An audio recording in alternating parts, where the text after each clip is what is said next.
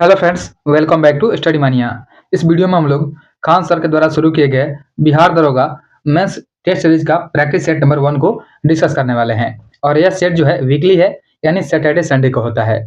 तो इसके test number 1 को हम लोग डिस्कस करेंगे। शुरू करते हैं। देखिए, सबसे पहला हमारा क्वेश्चन दिया गया है, क्वेश्चन नंबर 1। पहला क्वेश्चन है, अभिकथन ये दिया गया है कि ऊर्जा का प्रवाह एक दिशीय होता है। देखिए, ऊर्जा का जो प्रवाह होता है यह एक दिशीय होता है। यह अभिकथन जो है हमारा सही दिया गया है, क्योंकि किसी भी पारिस्थितिक तंत्र में ऊर्जा का जो स्रोत होता है वह सूर्य होता है। और हरे पौधे जो होते हैं सौर ऊर्जा को रासायनिक ऊर्जा में चेंज करते हैं, और यही ऊर्जा पौधों से शाकाहारियों में और फिर मांसाहारियों में ट्रांसफर होती है। यानी यह जो है एक दिशीय होता है। तो अभिकथन एक हमारा सही है। उसके बाद में दूसरा है, इसका कारण है कि स्वपोषी जीवों द्वारा ग्रहण की गई ऊर्जा पुनः सौर ऊर्जा में परिवर्तित नहीं होती है, और शाकाहारियों को स्थानांतरित की गई ऊर्जा पुनः स्वपोषी जीवों को उपलब्ध नहीं होती है। तो यहाँ पे इसका कारण जो है यह भी सही दिया गया है, यानी ए और आर दोनों सही है, और आर ए का सही व्याख्या भी करता है। इसलिए ऑप्शन ए हमारा राइट आंसर है। साथ ही कुछ पॉइंटर को भी याद रखेंगे। जैसे एक था लिंडेमान का नियम, तो इसको भी ध्यान देंगे। लिंडेमान जो है, लिंडेमान इन्होंने दिया था, एक नियम दिया था 10% का नियम, 10% रूल जो है यह लिंडेमान के द्वारा दिया गया था। यानी 1942 में रेमंड लिंडेमान ने बताया था कि एक पोषण स्तर से दूसरे पोषण स्तर पर जो है केवल 10% ऊर्जा जो होती है यही ट्रांसफर होती है। इसको ध्यान देंगे। और बाकी जो 90% ऊर्जा होता है यह जैविक क्रियाओं के द्वारा खर्च हो जाती है। नेक्स्ट है, अगले क्वेश्चन पे आते हैं, क्वेश्चन नंबर 2। देखिए, दूसरा क्वेश्चन है, प्रकाश संश्लेषण के दौरान होने वाली घटनाओं के संदर्भ में निम्नलिखित कथनों पर विचार करें। स्टेटमेंट नंबर 1 है हमारा, क्लोरोफिल क्लोरोफिल द्वारा प्रकाश ऊर्जा को अवशोषित करना, यह इसमें शामिल होता है। यानी प्रकाश संश्लेषण में क्लोरोफिल द्वारा प्रकाश ऊर्जा को अवशोषित करता है, पहला वाला इसमें शामिल होता है। उसके बाद दूसरा है, प्रकाश ऊर्जा को रासायनिक ऊर्जा में रूपांतरित करना, यह भी शामिल है। और जल के अणुओं का हाइड्रोजन तथा ऑक्सीजन में अपघटन, यह भी इसमें होता है। यानी 1, 2, 3 इसमें तीनों शामिल है। चौथा है, कार्बन डाइऑक्साइड का कार्बोहाइड्रेट में उपचयन होता है। देखिए, यहाँ पे दिया गया है उपचयन होता है, तो इसमें रिडक्शन होता है। रिडक्शन का मतलब होता है अपचयन। यहाँ पे अपचयन होता है, अपचयन यानी रिडक्शन होता है। यहाँ पे रिडक्शन होता है, लेकिन यहाँ पे दिया गया उपचयन, इसलिए चौथा इसमें गलत हो जाएगा। पूछा गया है कौन सा कथन सत्य है, इसमें 1, 2, 3 शामिल है। ऑप्शन बी हमारा राइट आंसर है। देखिए, बात करते हैं अभिक्रिया का। तो जो यह अभिक्रिया होता है इसमें शामिल होते हैं 6 जो होते हैं कार्बन डाइऑक्साइड के अणु होते हैं, और साथ में 12 अणु होते हैं हाइड्रोजन के। यह प्रकाश की उपस्थिति में, यह जो है सनलाइट की उपस्थिति में, सनलाइट के प्रेजेंस में, और साथ में इसमें होता है क्लोरोफिल। इसमें साथ में क्लोरोफिल्स होता है, क्लोरोफिल्स होता है, इसमें क्लोरोफिल होता है। ये मिल करके बनाते हैं, क्या बनाते हैं, यह बनाते हैं C6H12O6 बनाते हैं। और साथ में क्या बनाते हैं, साथ में ऑक्सीजन रिलीज करते हैं, साथ में ऑक्सीजन को रिलीज करते हैं, और साथ में इसमें जल अणु भी बनता है। 6 अणु जो होता है यह इसमें जल का भी शामिल होता है। यहाँ पे कथन 1, 2, 3 सही है और चौथा गलत है। नेक्स्ट है, अगले क्वेश्चन पे आते हैं, क्वेश्चन नंबर 3। देखिए, तीसरा क्वेश्चन दिया गया है। तीसरा क्वेश्चन है कि पादपों में परिवहन के संबंध में कौन सा कथन असत्य है। इसमें से गलत का चयन करना है, कौन सा गलत दिया गया है।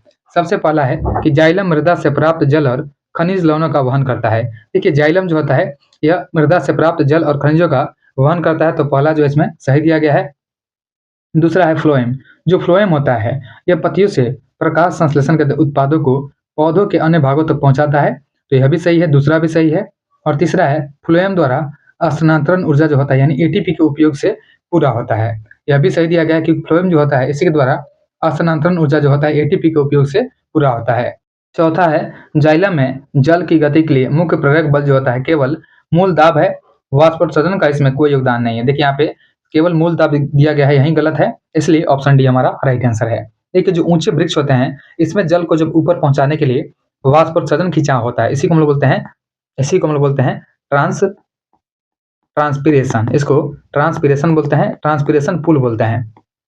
यानी यह जो होता है वाष्पोत्सर्जन खिंचाव होता है, सबसे महत्वपूर्ण बल होता है यहाँ पे, लेकिन मूल दाब नहीं होता है, इसलिए ऑप्शन डी गलत है। ऑप्शन डी हमारा राइट आंसर हो जाएगा। नेक्स्ट है, अगले क्वेश्चन पे आते हैं, क्वेश्चन नंबर 4। देखिए, चौथा नंबर क्वेश्चन दिया गया है, सूची 1 और 2 का मिलान करना है। सूची 1 में पाचक रस या एंजाइम का नाम है, और सूची 2 में उसका कार्य या विवरण दिया गया है। सबसे पहले है लार एमिलेस। जो लार एमिलेस होता है यह पाचन की शुरुआत मुख से होती है, जहाँ पे लार में मौजूद लार एमिलेस जो होता है स्टार्च को माल्टोज में चेंज करता है। यह जो होता है स्टार्च को यानी मंड को माल्टोज में चेंज करता है, यानी जटिल अणुओं को सरल शर्करा में तोड़ता है, इसलिए इसका मिलान 2 हो जाएगा। इसके बाद में दूसरा होता है इसमें HCl। जो HCl होता है यह आमाशय में यानी स्टोमक में स्रावित होता है और जो माध्यम को अम्लीय बनाता है, यानी जो अंदर में मीडियम होता है उसको एसिडिक बनाता है, ताकि पेप्सिन एंजाइम जो होता है सक्रिय होकर के प्रोटीन का पाचन कर सके। इसलिए इसका मिलान जो है हमारा 1 हो जाएगा कि अम्लीय माध्यम तैयार करना जो पेप्सिन की क्रिया में सहायक होता है।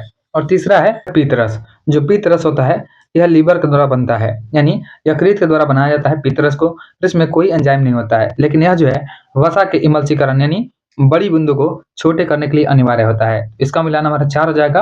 वसा की बड़ी गोलिकाओं को छोटी गोलिकाओं में खंडित करना यानी इमल्सीकरण करना। और चौथा है लाइपेज। जो लाइपेज होता है यह अग्नाशय यानी पैनक्रियाज और आंतों से निकलता है, जो इमल्सीकृत वसा को फैटी एसिड और ग्लिसरॉल में ब्रेक करता है। तो इसका मिलान हो जाएगा हमारा इमल्सीकृत वसा का पाचन करना। यानी हमारा आंसर जो है यह 2, 1, 4, 3 है। ऑप्शन 1 हमारा राइट आंसर है। नेक्स्ट है, अगले क्वेश्चन पे आते हैं। Question number 5। पांचवा क्वेश्चन दिया गया है, एक कोशिकीय जीव अमीबा। अमीबा में पोषण के चरणों का सही क्रम कौन सा हो जाएगा? देखिए जो अमीबा होता है सबसे पहले यह क्या करता है, इंजेक्शन यानी अंतर्ग्रहण करता है, यानी वह जो है अपने कूटपाद से भोजन को चारों तरफ से घेरता है, यानी कूटपाद की सहायता से भोजन को घेरता है और उसे ग्रहण करता है। इसलिए सबसे पहले 2 नंबर हो जाएगा, सबसे पहले 2 हो जाएगा, कूटपाद द्वारा भोजन को घेरना। इसके बाद में वो क्या करता है, इसके बाद में खाद्य रिक्तिका का प्रयोग करता है, यानी फूड वैक्यूल होता है, यानी कूटपाद मिलकर के एक खाद्य रिक्तिका बनाते हैं।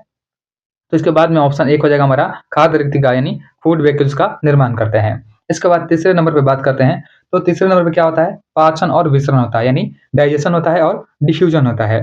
खाद्य रिक्तिका के अंदर में जटिल पदार्थ जो होते हैं उनको ब्रेक करते हैं और छोटे छोटे पार्टों में उसे ब्रेक करते हैं। यहाँ पे इसका हो जाएगा जटिल पदार्थों का सरल पदार्थों में विघटन और कोशिका द्रव्य का विसरण। तो यहाँ पे उसके बाद में 4 हो जाएगा। और सबसे लास्ट में अपच पदार्थ का कोशिका सतह से बाहर निकालना। इसको क्या बोलते हैं, इसको बोलते हैं इजेशन। इसको बोलते हैं बाहर निकालने को इजेशन बोलते हैं। इसको इजेशन बोलते हैं यानी निष्कासन बोलते हैं। इसको बहिष्करण भी बोलते हैं, यानी बचा हुआ जो अपच पदार्थ रहता है कोशिका की सतह की ओर से गति करता है और शरीर से बाहर निकाल दिया जाता है। तो हमारा आंसर जो है 2, 1, 4, 3 हो जाएगा। ऑप्शन 1 में है 2, 1, 4, 3। ऑप्शन 1 हमारा राइट आंसर है। नेक्स्ट है, अगले क्वेश्चन पे आते हैं। Question number 6। छठा क्वेश्चन है, अलैंगिक जनन जो होता है असेक्सुअल रिप्रोडक्शन, इसकी विधियों के संदर्भ में निम्नलिखित कथनों पर विचार करें। स्टेटमेंट नंबर 1 है, कालाजार के रोगाणु लेशमेनिया में द्विखंडन एक निर्धारित तल से होता है। देखिए जो लेशमेनिया होता है इसमें कोशिका के एक सिरे पर कोड़े जैसी सूक्ष्म संरचना होती है, इसको बोलते हैं फ्लैजेलम बोलते हैं। इसलिए इसमें द्विखंडन एक निश्चित तल पर होता है। तो पहला वाला स्टेटमेंट हमारा सही है, स्टेटमेंट नंबर 1 सही हो जाएगा। दूसरा है, मलेरिया परजीवी प्लाज्मोडियम एक साथ अनेक संतति कोशिकाओं में विभाजित हो जाता है, जिसे बहुखंडन कहा जाता है। यह भी सही दिया गया है, यानी दूसरा जो है यह भी सही है। प्लाज्मोडियम जैसे परजीवी जो होते हैं प्रतिकूल परिस्थितियों में एक सुरक्षात्मक कवच के भीतर कई बार विभाजित होते हैं और अनेक कोशिकाओं को बनाते हैं। तीसरा है स्पाइरोगोरा के बारे में कि स्पाइरोगोरा जो होता है विकसित होकर के छोटे छोटे टुकड़ों में खंडित हो जाते हैं और यह प्रक्रम खंडन कहलाता है। तो तीसरा भी सही दिया गया है, क्योंकि स्पाइरोगोरा जो होता है एक सरल बहुकोशिकीय जीव होता है। परिपक्व होने पर यह छोटे टुकड़ों में टूट जाता है और प्रत्येक टुकड़ा एक नया जीव बनता है, इसलिए तीसरा भी सही दिया गया है। बात करते हैं चौथे का। तो चौथा है राइजोपस के बारे में। तो जो राइजोपस होता है इसमें जनन मुकुलन द्वारा होता है। देखिए जो राइजोपस होता है इसमें जनन जो होता है यह होता है बीजाणु समासंघ के कारण होता है। यह होता है बीजाणु, इसको बोलते हैं बीजाणु समासंघ। तो बीजाणु समासंघ के कारण जो है इसमें प्रजनन होता है। तो चौथा जो है गलत है। पूछा गया है कौन सा कथन सत्य है यानी सही है, तो 1, 2, 3 सही है। ऑप्शन बी हमारा राइट आंसर है। नेक्स्ट है, अगले क्वेश्चन पे आते हैं। Question number 7। देखिए क्वेश्चन नंबर 7 है कि मेंडल के मटर के पौधे पर किए गए प्रयोगों के संदर्भ में निम्नलिखित कथनों पर विचार करें, इनमें से कौन सा सही दिया गया है। तो सबसे पहले इसमें दिया गया है कि F1 पीढ़ी में प्राप्त सभी पौधे लंबे थे और कोई भी पौधा बीज की ऊंचाइयों का नहीं था। तो पहला वाला जो स्टेटमेंट हमारा स्टेटमेंट नंबर 1 हमारा सही दिया गया है। देखिए जो F2 पीढ़ी था, F2 पीढ़ी की बात करते हैं सेकंड वाले में। तो F2 पीढ़ी में क्या हुआ था, सभी पौधे लंबे नहीं थे, लेकिन 3:1 के अनुपात में लंबे और बौने पौधे प्राप्त हुए थे। यानी जो 3:1 था इसमें जो 3 थे लंबे थे, 3 जो थे यह लंबे रहे थे और एक जो थे यह बौने रहे थे। यानी जो F2 पीढ़ी थी इसमें क्या था कि 3 जो है यह लंबे और एक जो है बौने। 3 रेशियो में F2 पीढ़ी का पौधे प्राप्त हुए थे। तो F2 पीढ़ी में सभी पौधे लंबे थे, बौनापन का लक्षण पूरी तरह से समाप्त हो गया था। इसलिए दूसरा गलत है क्योंकि इसमें 3:1 में पौधे हुए थे, 3 जो है लंबे थे और एक जो है बौने थे। और तीसरा है टी लंबाई एक प्रभावी लक्षण है, जबकि जो छोटा टी होता है बौनापन एक अप्रभावी लक्षण है। यह भी सही दिया गया है। पूछा गया कौन सा सही है, तो इसमें 1 और 3 सही है। ऑप्शन बी हमारा राइट आंसर है। नेक्स्ट है, अगले क्वेश्चन पे आते हैं। क्वेश्चन नंबर 8, लक्षण कैसे व्यक्त होते हैं, इस प्रक्रिया के सही क्रम का चयन करना है, कौन सा सही है। देखिए लक्षण की बात करते हैं तो सबसे पहले जीन होता है, उसके बाद में प्रोटीन, फिर हार्मोन, फिर उसके बाद में लक्षण होता है। यहाँ पे ऑप्शन बी में है जीन, प्रोटीन, हार्मोन और लक्षण। ऑप्शन बी हमारा राइट आंसर है। देखिए जीन जो होता है डीएनए का एक खंड होता है। इसको भी ध्यान देंगे कि जीन जो होता है यह क्या होता है, डीएनए का एक खंड होता है। यह जो है डीएनए का एक पार्ट होता है, डीएनए का खंड होता है। प्रोटीन बनाने के लिए सूचना प्रदान करता है और ये प्रोटीन अक्सर एंजाइम के रूप में काम करते हैं जो हार्मोन से संश्लेषित होकर के यानी हार्मोन के संश्लेषण को कंट्रोल करते हैं। और हार्मोन जो है अंततः लक्षणों को निर्धारित करते हैं। इसलिए यहाँ पे सबसे पहले जीन हो जाएगा, फिर प्रोटीन हो जाएगा, फिर हार्मोन हो जाएगा और सबसे लास्ट में लक्षण हो जाएगा। तो ऑप्शन बी हमारा राइट आंसर है।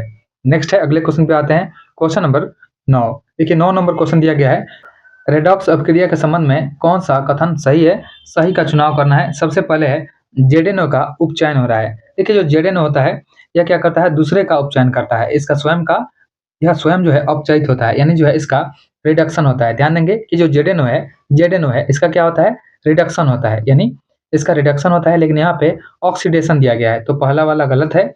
दूसरा है कार्बन का अपचयन हो रहा है, तो कार्बन का अपचयन नहीं होता है, कार्बन का उपचयन होता है, यानी इसका जो है ऑक्सीडेशन होता है। कार्बन का क्या होता है, ऑक्सीडेशन होता है, इसलिए दूसरा भी गलत है।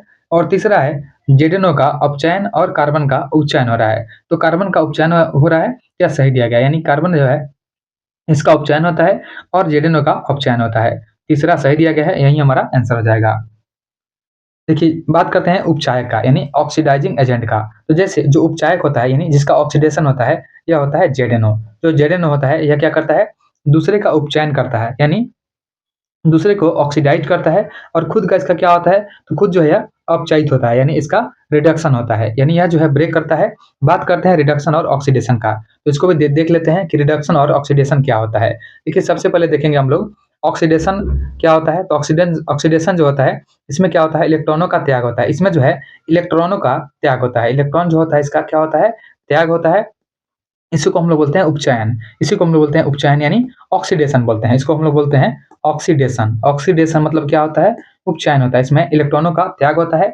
और एक होता है रिडक्शन। जो रिडक्शन होता है, तो रिडक्शन में क्या होता है, इलेक्ट्रॉनों का ग्रहण करना। इसमें क्या होता है, इलेक्ट्रॉन जो है यह ग्रहण होते हैं, इलेक्ट्रॉन ग्रहण होते हैं, इसको हम लोग क्या बोलते हैं, रिडक्शन बोलते हैं। नेक्स्ट है, अगला क्वेश्चन पे आते हैं। क्वेश्चन नंबर 10 नंबर क्वेश्चन दिया गया है। अभिकथन ए है, ग्लूकोज और अल्कोहल के विलयन विद्युत का चालन नहीं करते हैं, जो कि सही दिया गया है, क्योंकि ग्लूकोज और जो अल्कोहल होते हैं इसके विलयन जो होते हैं विद्युत का चालन नहीं करते हैं। और इसका कारण दिया गया है, यद्यपि उनमें हाइड्रोजन होता है लेकिन वे जल में आयनीकृत होकर के हाइड्रोजन आयन उत्पन्न नहीं करते हैं, यह भी सही दिया गया है।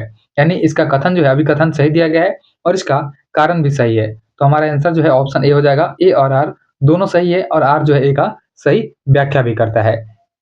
देखिए किसी विलयन में विद्युत चालन से के लिए मुक्त जो आयन होते हैं, इसके लिए जो फ्री आयन्स होते हैं इसकी उपस्थिति आवश्यक होती है। और ग्लूकोज और अल्कोहल जो होते हैं जल में घुलने पर आयनों में नहीं ब्रेक होते हैं, इसलिए वे जो है विद्युत का कुचालक होते हैं, सुचालक नहीं होते हैं। नेक्स्ट है, अगला क्वेश्चन देखते हैं। क्वेश्चन नंबर 11 नंबर क्वेश्चन है, अयस्कों के सांद्रण की प्रक्रियाओं के संबंध में असत्य कथन का चयन करना है, कौन सा इसमें से गलत दिया गया है। पहला है, सल्फाइड अयस्क को वायु की उपस्थिति में अधिक तापमान पर गर्म करने पर भर्जन कहा जाता है, यह सही दिया गया है, क्योंकि सल्फाइड अयस्क को जो है वायु की उपस्थिति में अधिक तापमान पर जब गर्म करते हैं इसे हम लोग बोलते हैं रोस्टिंग, यानी भर्जन कहते हैं। तो पहला वाला हमारा सही है। स्टेटमेंट नंबर 2 है, कार्बोनेट अयस्क की सीमित वायु में अधिक ताप पर गर्म करना निस्तापन कहलाता है, इसको बोलते हैं कैल्सिनेशन, यह भी सही दिया गया है। और तीसरा दिया गया है, सक्रियता श्रेणी में सबसे ऊपर स्थित धातुओं का निष्कर्षण जो है कार्बन के साथ गर्म करके किया जाता है, जो कि गलत है। तो यही ऑप्शन हमारा गलत है, ऑप्शन सी हमारा राइट आंसर है। देखिए सक्रियता श्रेणी की बात करते हैं, तो सक्रियता श्रेणी में सबसे ऊपर स्थित धातु जो होते हैं इसमें क्या होता है, पोटेशियम होता है, उसके बाद में सोडियम होता है। देखिए पोटेशियम के बाद में सोडियम होता है, कैल्शियम होता है, इसके बाद में मैग्नीशियम होता है और इसके बाद में एल्युमिनियम होता है। यह कार्बन के साथ गर्म करके प्राप्त नहीं कर सकते हैं, इसलिए तीसरा जो है गलत है। तो यही हमारा आंसर हो जाएगा। उसके बाद चौथा है सक्रियता श्रेणी में नीचे आने वाली धातु के ऑक्साइड को केवल गर्म करने से ही धातु प्राप्त किया जा सकता है, जैसे HgS, यह जो है सही दिया गया है, तो चौथा सही है। नेक्स्ट है अगला क्वेश्चन देखते हैं, क्वेश्चन नंबर 12। देखिए 12 नंबर क्वेश्चन दिया गया है कि धातुओं के विद्युत अपघटनीय परिसंस्करण जो होता है इसके दौरान क्या होता है। तो धातुओं का जो विद्युत अपघटनीय परिसंस्करण होता है इसके दौरान जो है अशुद्ध धातु को एनोड और शुद्ध धातु की पतली परत को कैथोड बनाया जाता है। ऑप्शन बी हमारा राइट आंसर है। ध्यान देंगे कि धातु का जो इलेक्ट्रोलाइटिक रिफाइनिंग होता है इसमें जो अशुद्ध धातु होता है इसको एनोड पर और जो शुद्ध धातु होता है इसको पतली परत को कैथोड पर बनाया जाता है, इसको कैथोड बनाते हैं। नेक्स्ट है अगला क्वेश्चन देखते हैं, क्वेश्चन नंबर 13। देखिए 13 नंबर क्वेश्चन है, यहाँ पे अभिकथन ए और कारण आर दिया गया है। अभिकथन ए है कार्बन के यौगिकों के गलनांक एवं क्वथनांक आयनिक यौगिकों की तुलना में काफी कम होते हैं। देखिए सही दिया गया अभिकथन ए हमारा कि कार्बन के यौगिकों के गलनांक एवं क्वथनांक जो होते हैं आयनिक यौगिकों की तुलना में काफी कम होते हैं, यह सही दिया गया है। और इसका कारण है कार्बन यौगिकों के अणुओं के बीच में अंतराणुक बल जो होता है यानी इंटरमोलिकुलर फोर्स जो होता है यह दुर्बल होता है यानी कमजोर होता है। दूसरा भी सही दिया गया है, यानी कथन भी सही है और कारण भी सही है। तो यहाँ पे ऑप्शन ए हो जाएगा। ए और आर दोनों सही है और आर ए का सही व्याख्या भी करता है। देखिए कार्बन जो होते हैं कार्बन यौगिक सहसंयोजी आबंध यानी कोवैलेंट बॉन्ड वाले कोवैलेंट बॉन्ड को बनाते हैं और इनके अणुओं के भीतर जो आबंध होता है प्रबल होता है यानी मजबूत होता है, लेकिन अणुओं के बीच जो होता है आकर्षण बल यानी अंतराणुक बल जो होता है इनका दुर्बल होता है यानी कमजोर होता है, जिस कारण उनके गलनांक जो होते हैं या क्वथनांक ये दोनों कम होते हैं। अगला क्वेश्चन है, क्वेश्चन नंबर 14 है गोलीय दर्पणों से संबंधित शब्दावली के संदर्भ में निम्नलिखित कथनों पर विचार कीजिए कौन सा सही दिया गया है। सबसे पहले है गोलीय दर्पण के परावर्तक पृष्ठ के केंद्र को दर्पण का पोल कहा जाता है। देखिए पहला वाला सही है, क्योंकि गोलीय दर्पण जो होता है इसके परावर्तक सतह जो होता है इसके केंद्र को दर्पण का ध्रुव कहा जाता है। तो पहला वाला स्टेटमेंट हमारा सही है। दूसरा है वक्रता केंद्र यानी सेंटर ऑफ कर्वेचर जो होता है दर्पण का भाग नहीं होता, यह परावर्तक पृष्ठ के बाहर स्थित होता है, यह भी सही दिया गया है। और तीसरा दिया गया है कि अवतल दर्पण का वक्रता केंद्र जो होता है परावर्तक पृष्ठ के सामने होता है, जबकि उत्तल दर्पण में यह पीछे होता है, यह भी सही दिया गया है। यानी कथन 1, 2 और 3 तीनों सही है। और चौथा है कि गोलीय दर्पण की वक्रता त्रिज्या जो होती है r, उसकी फोकस दूरी यानी f की आधी होती है, यानी r इक्वल टू f/2। देखिए यह जो है संबंध हमारा गलत दिया गया है, क्योंकि r जो होता है r मतलब क्या होता है 2f होता है, यहाँ पे दिया गया है r इक्वल टू f/2 दिया गया है। तो चौथा जो है गलत है। पूछा गया कौन सा इसमें से सही कथन है, तो 1, 2 और 3 सही है। ऑप्शन बी हमारा राइट आंसर है। बात करते हैं पोल का यानी ध्रुव का। तो पोल जो होता है यह दर्पण के परावर्तक पृष्ठ के केंद्र बिंदु होता है और यह दर्पण की सतह पर ही स्थित होता है, लेकिन जो वक्रता केंद्र होता है सेंटर ऑफ कर्वेचर, यह गोलीय दर्पण का परावर्तक पृष्ठ जो होता है जिस गोले का भाग होता है उस गोले के केंद्र को वक्रता केंद्र कहते हैं। और यह दर्पण का हिस्सा नहीं होता है बल्कि गोले का केंद्र होता है, यानी यह पूरे गोले के अंदर होता है, यह केंद्र होता है। और वक्रता त्रिज्या जो होती है यह ध्रुव और वक्रता केंद्र के बीच की दूरी को वक्रता त्रिज्या कहते हैं। नेक्स्ट है अगले क्वेश्चन पे आते हैं, क्वेश्चन नंबर 15। देखिए क्वेश्चन नंबर 15 है अभिकथन ए दिया गया है कि किसी विद्युत परिपथ में एमीटर को सदैव श्रेणी क्रम में संयोजित किया जाता है, जो कि सही दिया गया है। ध्यान देंगे कि जब भी हम विद्युत परिपथ में एमीटर को जब लगाते हैं तो एमीटर को कैसे लगाते हैं श्रेणी क्रम में यानी सीरीज में लगाते हैं एमीटर को, तो यह सही दिया गया है। और इसी का कारण दिया गया हमारा कि एमीटर का प्रतिरोध जो होता है बहुत कम होना चाहिए ताकि यह उस परिपथ से गुजरने वाली धारा के मान को अधिक परिवर्तित ना करे, यह भी सही दिया गया है। यानी यहाँ पे कथन जो है अभिकथन ए और इसका कारण आर दोनों सही है, तो हमारा आंसर ए हो जाएगा। ए और आर दोनों सही है और आर ए का सही व्याख्या करता है। नेक्स्ट है अगला क्वेश्चन देखते हैं, क्वेश्चन नंबर 16। देखिए 16 नंबर क्वेश्चन है एमआरआई यानी मैग्नेटिक रेजोनेंस इमेजिंग के संदर्भ में सत्य कथन का पहचान करना है कौन सा सही दिया गया है। स्टेटमेंट नंबर 1 है हमारे शरीर के तंत्रिका आवेगों के गमन से एक अस्थायी चुंबकीय क्षेत्र उत्पन्न होता है, जो कि सही है। ध्यान देंगे कि हमारे शरीर के तंत्रिका आवेग जो होता है इसके गमन से एक अस्थायी चुंबकीय क्षेत्र उत्पन्न होता है, यह सही दिया गया है। और दूसरा है शरीर के भीतर चुंबकीय क्षेत्र का प्रतिबिंब प्राप्त करने का आधार शरीर में उपस्थित हाइड्रोजन के आयन होते हैं, यह भी सही दिया गया है। और तीसरा है हृदय और मस्तिष्क शरीर के दो मुख्य अंग है जहां चुंबकीय क्षेत्र का उत्पादन महत्वपूर्ण होता है, यह भी सही दिया गया है। यानी कथन 1, 2 और 3 तीनों सही है। ऑप्शन डी हमारा राइट आंसर है। नेक्स्ट है, अगला क्वेश्चन देखते हैं, क्वेश्चन नंबर 17। 17 नंबर क्वेश्चन है, इंद्रधनुष के निर्माण में घटित होने वाली परिघटनाओं का सही क्रम क्या हो जाएगा? देखिए, जो प्रकाश की बात करते हैं तो इसमें क्या होता है, सबसे पहले प्रवेश होता है। यानी सबसे पहले प्रवेश कैसे होगा? तो सबसे पहले जो बारिश होती है, तो जो बारिश का जो बूंद होता है, इसमें क्या होता है, प्रकाश की जो किरण होती है, जब बूंद में प्रवेश करती है तो विरल से सघन माध्यम में जाने जाने के कारण इसका क्या होता है, अपवर्तन। तो इसमें सबसे पहले क्या हो जाएगा, अपवर्तन। सबसे पहले हो गया इसमें अपवर्तन। अपवर्तन के बाद में क्या होगा, वन विक्षेपण। वह कैसे होगा? इसी समय प्रकाश अपने 7 रंगों में बढ़ जाती है। इसी को क्या क्या कहा जाता है, वन विक्षेपण। इसी को बोला जाता है वन विक्षेपण। तो इसके बाद में क्या हो जाएगा, वन विक्षेपण हो जाएगा। तो अपवर्तन के बाद में वन विक्षेपण हो जाएगा। इसके बाद में टोटल इंटरनल रिफ्लेक्शन होता है, यानी आंतरिक परिवर्तन होता है, पूर्ण आंतरिक परिवर्तन होता है।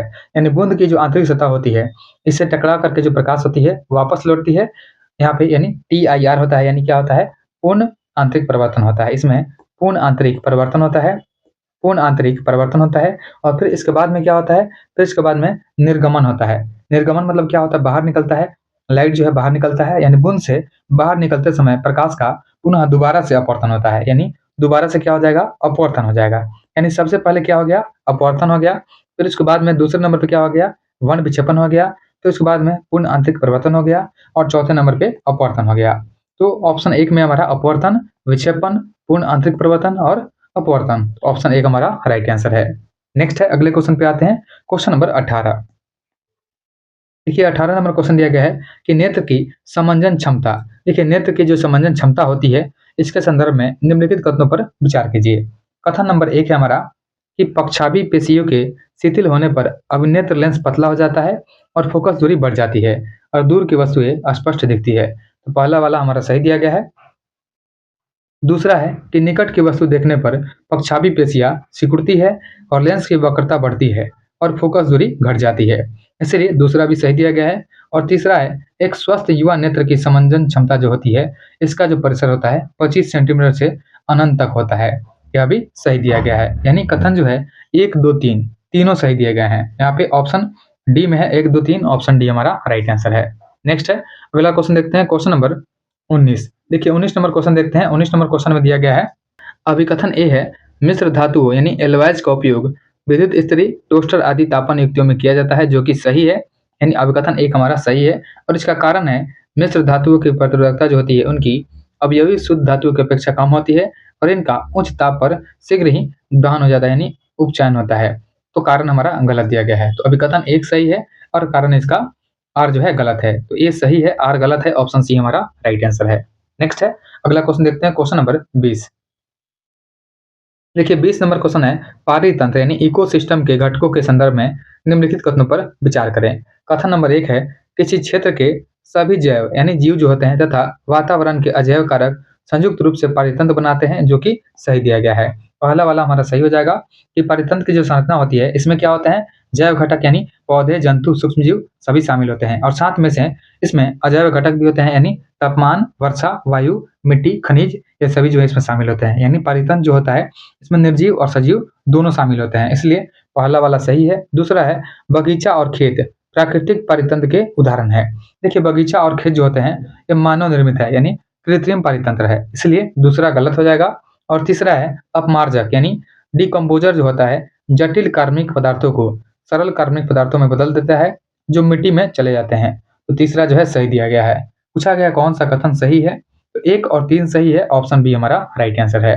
नेक्स्ट है, अगले क्वेश्चन पे आते हैं, क्वेश्चन नंबर 21। देखिए क्वेश्चन नंबर 21 दिया गया है, निम्नलिखित में कौन सही सुमेलित नहीं है, यानी कौन सा गलत दिया गया है। सबसे पहले है, एक यहाँ पे हो जाएगा मैगिनॉट रेखा हो जाएगा, इसे बोलते हैं मैगिनॉट रेखा। तो जो मैगिनॉट रेखा होती है यह कहाँ पे है, फ्रांस और जर्मनी के बीच में है। देखिए यह सही दिया गया है कि मैगिनॉट रेखा जो होती है यह फ्रांस और जर्मनी के बीच में बनाई गई है। उसके बाद में है डुरंड रेखा। डुरंड रेखा जो है बांग्लादेश और भारत के बीच में है। देखिए यह जो है गलत दिया गया है, क्योंकि जो डुरंड रेखा है पाकिस्तान और अफगानिस्तान के बीच में सीमा रेखा है और अंतर्राष्ट्रीय सीमा रेखाएं दो देशों के बीच में क्षेत्रीय विस्तार को निर्धारित करती है। तो यहाँ पे बांग्लादेश और भारत के बीच में दिया गया है, जो कि गलत हो जाएगा। यह जो है पाकिस्तान और भारत के बीच में हो जाएगा, इसलिए दूसरा गलत है, ऑप्शन बी हमारा राइट आंसर है। बात करते हैं रेड क्लिफ लाइन का। तो रेड क्लिफ लाइन जो है 1947 में भारत और पाकिस्तान के बीच में बनाया गया था, यह सही है। उसके बाद में है 38वीं समानांतर रेखा। तो जो 38वीं समानांतर रेखा है, यह उत्तर कोरिया और दक्षिण कोरिया के बीच में है, तो यह जो है सही दिया गया है। साथ में कुछ और भी सीमा रेखा है, उनको भी याद रखेंगे। जैसे एक सीमा रेखा है जिसका नाम है 31 डिग्री पैरेलल। 31 डिग्री पैरेलल जो है यह हो जाएगा इराक और ईरान के बीच में। इराक और ईरान के बीच में होगा 31 डिग्री पैरेलल हो जाएगा। 24 डिग्री पैरेलल की बात करते हैं, यह भारत और पाकिस्तान के बीच में जो सर क्रीक विवाद है, यानी गुजरात में जो सर क्रीक है वहाँ पे विवादित हो जाएगा 24 डिग्री पैरेलल, जो भारत और पाकिस्तान के बीच में स्थित है। एक होता है 49 डिग्री पैरेलल। तो जो 49 डिग्री पैरेलल लाइन हो जाएगा, यह अमेरिका और कनाडा के बीच में स्थित है। एक है हिंडनबर्ग रेखा, इसको भी ध्यान देंगे। हिंडनबर्ग रेखा, तो जो हिंडनबर्ग रेखा है यह हो जाएगा जर्मनी और पोलैंड के बीच में। जर्मनी और पोलैंड, इसको लिख देते हैं। यह हो जाएगा जर्मनी एंड पोलैंड के बीच में। तो जर्मनी और पोलैंड के बीच में क्या हो जाएगा, हिंडनबर्ग रेखा हो जाएगा। और एक होता है मैकमोहन रेखा। मैकमोहन रेखा जो है यह भारत और चीन के बीच में स्थित है। एक होता है ओडरनिस रेखा, तो इसको भी ध्यान देंगे। ओडरनिस रेखा, ओडरनिस जो होता है जर्मनी और पोलैंड के बीच में होता है। जर्मनी और पोलैंड के बीच में ओडरनिस रेखा है। और एक है 17वीं पैरेलल लाइन। तो 17वीं समांतर रेखा जो है यह स्थित है उत्तरी और दक्षिणी वियतनाम के बीच में। नेक्स्ट है, अगले क्वेश्चन पे आते हैं, क्वेश्चन नंबर 22। देखिए 22 नंबर क्वेश्चन दिया गया है। यहाँ पे भारत की झीलों को संबंधित राज्यों से मिलान करना है, यानी सबसे पहले पुराना नाम है, उसके बाद में नया नाम दिया गया है। तो श्याम, देखिए श्याम जो होता है, श्याम किसे कहा गया है, तो श्याम कहा गया है थाईलैंड को। थाईलैंड को क्या कहा गया है, श्याम। उसके बाद है फॉर्मोसा। फॉर्मोसा कहा गया था ताइवान को। ताइवान का पुराना नाम था फॉर्मोसा। मेसोपोटामिया का नाम था पहले इराक, सॉरी पहले तो मतलब मेसोपोटामिया रहा था, अभी जो है इसका नाम इराक हो जाएगा। बर्मा की बात करते हैं तो बर्मा हो जाएगा म्यांमार का। बर्मा जो है म्यांमार का नाम था पहले बर्मा। तो यहाँ पे हमारा मिलान जो है यह 3-1-4-2 है। देखिए 3-1-4-2 ऑप्शन डी में है, ऑप्शन डी हमारा राइट आंसर है। नेक्स्ट है, अगले क्वेश्चन पे आते हैं, क्वेश्चन नंबर 23। 23 नंबर क्वेश्चन देखते हैं। इसमें पूछा गया है निम्नलिखित कथनों पर विचार करें। यहाँ पे निम्नलिखित पर विचार करना है। सबसे पहले कथन ए है कि काली मिट्टी कपास की खेती के लिए उपयुक्त होती है, जो कि सही दिया गया है। और कारण है उनमें जैव तत्व प्रचुर मात्रा में होता है। देखिए इसमें जो है जैव तत्व जो होता है प्रचुर मात्रा में नहीं होता है, लेकिन काली मिट्टी में जो जैव तत्व होता है, जैव तत्व यानी ह्यूमस, नाइट्रोजन और फास्फोरस, इसकी कमी पाई जाती है। लेकिन यहाँ पे प्रचुर मात्रा में लिखा गया है, इसलिए कारण हमारा गलत है। यहाँ पे सिर्फ केवल एक सही है, तो क्या हो जाएगा, ए सही है परंतु आर गलत है। ऑप्शन सी हमारा राइट आंसर है। बात करते हैं कपास की खेती का। तो कपास के लिए सबसे उपयुक्त होती है काली मिट्टी। और इस मिट्टी में क्या होती है, जल धारण करने की जो क्षमता होती है, वाटर रिटेंशन कैपेसिटी, यह सबसे अधिक होती है। और भीगने पर यह चिपचिपी हो जाती है और सूखने पर इसमें लंबी लंबी दरारें पड़ जाती है। नेक्स्ट है, अगले क्वेश्चन पे आते हैं, क्वेश्चन नंबर 24। देखिए 24 नंबर क्वेश्चन देखते हैं। निम्नलिखित युग्मों में से कौन सा एक सही सुमेलित है, इसमें से सही का मिलान करना है। सबसे पहले है टीक। देखिए टीक जो होता है इसको इंग्लिश में टीक बोलते हैं, लेकिन हिंदी में क्या बोलते हैं, सागौन। टीक मतलब सागौन होता है। और यह जो होता है उष्णकटिबंधीय पर्णपाती वन होता है, इसलिए यह जम्मू कश्मीर में नहीं पाया जाता है। यह मुख्य रूप से पाया जाता है इंडिया में, कहाँ पे, मध्य प्रदेश में। यह मुख्य रूप से इंडिया में मध्य प्रदेश में पाया जाता है, महाराष्ट्र में और छत्तीसगढ़ में पाया जाता है। यह ठंडे स्थानों पर नहीं पाया जाएगा, इसलिए जम्मू कश्मीर इसका मिलान नहीं होगा। दूसरा है सुंदरी। तो सुंदरी जो है यह पश्चिम बंगाल में पाई जाती है, यह सही दिया गया है। यही हमारा आंसर है, ऑप्शन बी हमारा राइट आंसर है। देखिए सुंदरी जो है यह ज्वारीय या मैंग्रोव वन है, जो कि पश्चिम बंगाल में सुंदरबन डेल्टा में पाया जाता है। नेक्स्ट है चंदन काष्ठ। तो चंदन काष्ठ की बात करते हैं। तो चंदन जो है यह एक पर्णपाती वनों का वृक्ष है, जो भारत में चंदन के लिए कर्नाटक जो है, विशेष करके मैसूर का क्षेत्र, तो कर्नाटक इसका मिलान हो जाएगा, इसलिए केरल नहीं, यह हो जाएगा कर्नाटक। यह जो है मुख्य रूप से कर्नाटक में पाया जाता है, इसलिए तीसरा गलत है। और चौथा है देवदार। देवदार जो होता है यह एक शंकुधारी पौधा होता है, यानी वृक्ष होता है। तो शंकुधारी वृक्ष हिमालय वृक्ष है, जो कि मध्य प्रदेश में नहीं पाया जाएगा। यह पाया जाता है ठंडे प्रदेशों में, हिमाचल प्रदेश में, जम्मू कश्मीर में और उत्तराखंड में। यहाँ पे ऑप्शन बी हमारा राइट आंसर है। नेक्स्ट है, अगले क्वेश्चन पे आते हैं, क्वेश्चन नंबर 25। देखिए 25 नंबर क्वेश्चन है, निम्नलिखित कथनों पर विचार कीजिए तथा नीचे दिए गए कूट से सही उत्तर का चयन कीजिए। इसमें से कौन सा सही दिया गया है। पहला है हीराकुंड बांध महानदी पर है, जो कि सही दिया गया है। रिहंद बांध सोन नदी की एक सहायक नदी है, यह भी सही है। उसके बाद में है मैथन बांध। तो जो मैथन बांध है दामोदर नदी की एक सहायक नदी बराकर नदी पर बनी हुई है। यह भी सही दिया गया है क्योंकि बराकर नदी पर ही बनाया गया मैथन बांध को, तो तीसरा भी सही हो जाएगा। और चौथा है तुंगभद्रा परियोजना आंध्र प्रदेश एवं कर्नाटक का संयुक्त उपक्रम है, यह भी सही दिया गया है। यानी जो कथन है 1, 2, 3, 4 चारों कथन सही दिए गए हैं, तो ऑप्शन हो जाएगा हमारा डी 1, 2, 3, 4 चारों सही दिए गए हैं। नेक्स्ट है अगला क्वेश्चन देखते हैं। अगला क्वेश्चन हमारा क्वेश्चन नंबर 26। देखिए 26 नंबर क्वेश्चन है, निम्नलिखित में कौन सा युग्म सही सुमेलित नहीं है, इसमें से गलत का मिलान करना है। सबसे पहले है कालागढ़ बांध। तो कालागढ़ बांध जो है यह कहाँ पे है, रामगंगा नदी पर। यह सही दिया गया है क्योंकि कालागढ़ बांध जो है रामगंगा पे ही है, इसलिए पहला वाला सही हो जाएगा। इसके बाद में दूसरा है उकाई जलाशय। उकाई जलाशय जो है यह स्थित है ताप्ती नदी पर, यह भी सही दिया गया है। उकाई जो है ताप्ती पर है। और तीसरा है मेजा बांध। तो मेजा बांध जो है कोठारी नदी पर है, यह भी सही दिया गया है। और चौथा है कोलेरू झील। तो कोलेरू झील जो है यह कहाँ पे है, यह हो जाएगा गोदावरी पे। देखिए यह जो है गलत दिया गया है क्योंकि यह गोदावरी पे नहीं है, यह कहाँ पे कृष्णा नदी के डेल्टा के बीच में है। यह गोदावरी और कृष्णा के डेल्टा के बीच में है कोलेरू झील, इसलिए चौथा जो है गलत है, ऑप्शन डी हमारा राइट आंसर है। नेक्स्ट है अगला क्वेश्चन देखते हैं, क्वेश्चन नंबर 27। 27 नंबर क्वेश्चन है, निम्नलिखित कथनों पर विचार कीजिए। सबसे पहले कथन एक है हमारा कि दक्षिणी भारत से उत्तरी भारत की ओर मानसून की अवधि घटती है। यह सही दिया गया है क्योंकि दक्षिणी भारत से उत्तरी भारत की ओर जो मानसून की अवधि घटती जाती है। और दूसरा है उत्तरी भारत के मैदानों में वार्षिक वृष्टि की मात्रा पूर्व से पश्चिम की ओर घटती है, यह भी सही दिया गया है। यानी कथन 1 और 2 दोनों सही दिए गए हैं। देखिए यहाँ पे जो पहला वाला दिया गया है, तो पहले वाले का मतलब है दक्षिणी भारत से उत्तरी भारत की ओर मानसून की अवधि जो घटती है, इसका मतलब होता है कि दक्षिण जो पश्चिम मानसून होता है सबसे पहले केरल पर 1 जून को आता है, केरल में 1 जून को आता है, और सबसे अंत में जुलाई उत्तर पश्चिम भारत में यानी राजस्थान और पंजाब में पहुंचता है। और वापसी के समय में यह उत्तर भारत से पहले लौटता है और दक्षिण दक्षिण से सबसे बाद में लौटता है। इसलिए दोनों कथन यहाँ पे सही दिए गए हैं। ऑप्शन सी हो जाएगा हमारा 1 और 2 दोनों सही दिए गए हैं। नेक्स्ट है अगला क्वेश्चन देखते हैं, question number 27। Sorry question number 28। Question number 28 है हमारा कि मानसून का निवर्तन इंगित होता है। देखिए जो मानसून का निवर्तन होता है यह क्या इंगित करता है, तो यह इंगित करता है, मानसून का निवर्तन का मतलब होता है साफ आकाश, बंगाल की खाड़ी से अधिक दाब परिस्थिति और स्थल पर तापमान के बढ़ने, यानी तीनों कारण जो है मानसून के निवर्तन से संबंधित है। ऑप्शन डी हो जाएगा 1, 2, 3 तीनों शामिल हो जाएंगे। देखिए निवर्तन का मतलब क्या होता है, निवर्तन का मतलब होता है लौटना, यानी जो मानसून का लौटना होता है, लौटना, इसी को बोलते हैं हम लोग निवर्तन। तो मानसून का जो निवर्तन होता है यानी लौटना होता है, इसके दौरान में आकाश बादलों से रहित होकर के साफ हो जाता है और सूर्य की सीधी धूप और धरती में मौजूद नमी के कारण तापमान में अस्थायी वृद्धि होती है। इसे अक्टूबर हीट भी कहा जाता है। नेक्स्ट है अगला क्वेश्चन देखते हैं, क्वेश्चन नंबर 29। देखिए क्वेश्चन नंबर 29 है, नीचे दिए गए भारतीय नगरों में सामान्य वर्षा का सही अवरोही क्रम कौन सा है। देखिए सही अवरोही क्रम की बात करते हैं तो केरल में मानसून सबसे पहले और सर्वाधिक बरसता है। इसके बाद में उत्तर भारत के मैदान से पूरब से पश्चिम की ओर जाने पर वर्षा की जो मात्रा होती है घटते जाती है। तो यहाँ पे सबसे पहले हो जाएगा हमारा कोच्चि हो जाएगा, इसके बाद में कोलकाता हो जाएगा, इसके बाद में पटना हो जाएगा और इसके बाद में दिल्ली हो जाएगा। तो ऑप्शन 1 हमारा राइट आंसर है। देखिए अरब सागर की जो शाखा होती है पश्चिमी घाट, इसकी बात करते हैं तो कोच्चि जो होता है, कोच्चि के पश्चिमी घाट से पवन विमुख ढाल पर स्थित है, जहाँ पे मानसून सबसे पहले टकराता है, इसलिए यहाँ सबसे अधिक वर्षा होती है। तो कोच्चि सबसे पहले नंबर पे आ जाएगा।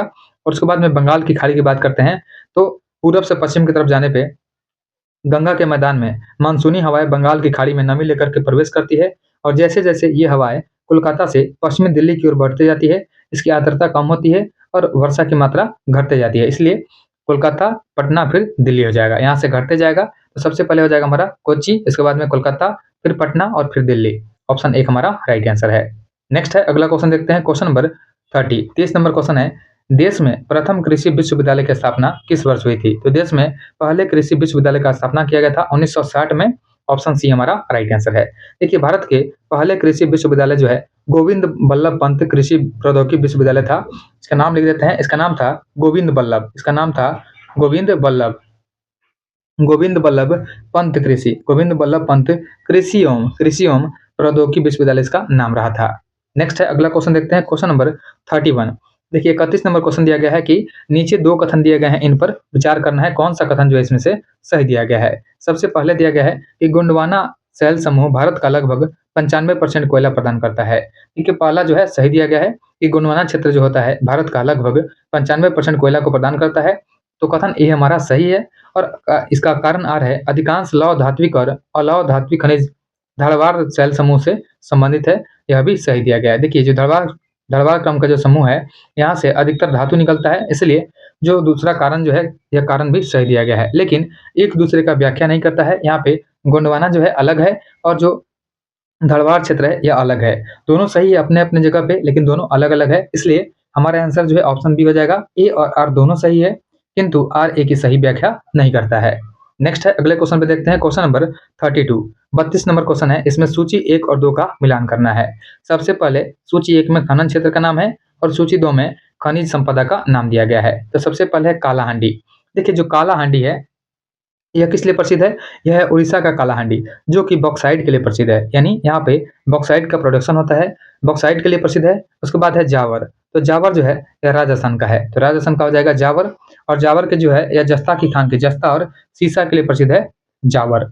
कोलार की बात करते हैं तो कोलार हो जाएगा कर्नाटक में, और कोलार से क्या निकलता है? सोना निकलता है। मोसाबानी, देखिए मोसाबानी जो है यह झारखंड में है। मोसाबानी इसको याद रखेंगे, झारखंड में है मोसाबानी और यहाँ से निकलता है तांबा। इसका मिलान 2 हो जाएगा, यानी हमारा आंसर जो है यह हो जाएगा 3 4 1 2। देखिए 3 4 1 2 ऑप्शन 1 में है, ऑप्शन ए हमारा राइट आंसर है। नेक्स्ट है अगला क्वेश्चन देखते हैं। क्वेश्चन नंबर 33 33 नंबर क्वेश्चन देखते हैं। 33 नंबर क्वेश्चन दिया गया है कि निम्नलिखित में से किस हिंदू त्योहार को थारू लोग शोक पर्व के रूप में मनाते हैं? तो थारू लोग जो है शोक पर्व के रूप में मनाते हैं दीपावली को। ऑप्शन डी हमारा राइट आंसर है। देखिए थारू जनजाति जो है मुख्य रूप से हिमालय के तराई क्षेत्र यानी उत्तराखंड, उत्तर प्रदेश और बिहार के उत्तरी भागों में निवास करती है। और इसका शोक का कारण क्या होता है कि संपूर्ण भारत है जहाँ पे दीपावली और लक्ष्मी पूजन और आतिशबाजी होती है, वहीं थारू लोग जो हैं इस दिन अपने मृत पूर्वजों की आत्मा की शांति के लिए विशेष पूजा करते हैं और वे घास फूस के पुतले बना करके जलाते हैं और रोटी यानी भोजन का दान करते हैं। नेक्स्ट है अगला क्वेश्चन देखते हैं। Question number 34। देखिए 34 नंबर क्वेश्चन दिया गया है कि निम्नलिखित समूहों में कौन सा पूरब से पश्चिम की ओर पर्वत शिखरों का सही क्रम है? यहाँ पे पूरब से पश्चिम की तरफ देखना है कि पूरब से पश्चिम की तरफ कौन सा समूह हो जाएगा। तो सबसे पहले बात करते हैं, सबसे पहले क्या हो जाएगा इसमें? सबसे पहले हो जाएगा कंचनजंगा। सबसे पहले कंचनजंगा हो जाएगा पूरब में। उसके बाद में क्योंकि कंचनजंगा जो है यह स्थित है सिक्किम में, इसको भी ध्यान देंगे। कंचनजंगा जो है यह सिक्किम में स्थित है, तो सिक्किम में हो जाएगा कंचनजंगा। उसके बाद में क्या हो जाएगा? एवरेस्ट। एवरेस्ट जो मुख्य रूप से नेपाल में है और नेपाल में इसको बोलते हैं सागरमाथा।